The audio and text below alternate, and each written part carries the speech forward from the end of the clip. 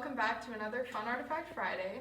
Today it's Global Beatles Day, and although we don't have any Beatles-themed artifacts in our collection, we are going to showcase a musical instrument for you today, this lovely violin.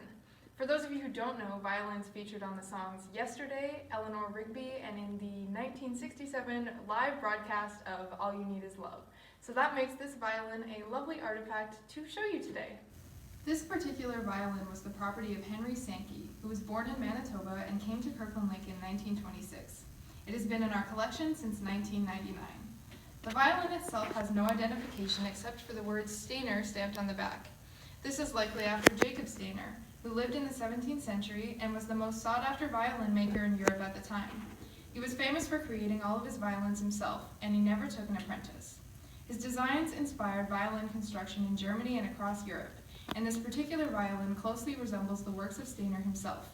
It is almost certainly not an original, however, as Jacobus Steiner was famous for not actually labeling his violins with his name. There isn't much information to be found on violins with this stamp, but they were likely produced in the 18th or 19th century in Germany. An interesting feature of this violin is the inscription inside of it.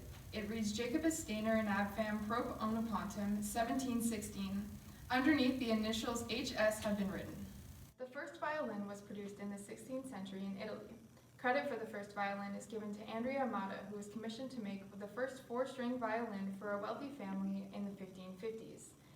In the 17th century, the violin became an essential part of the orchestra, and it continued to evolve over time as a centimeter was added to the neck and fingerboard, and changes were made to allow for more string tension.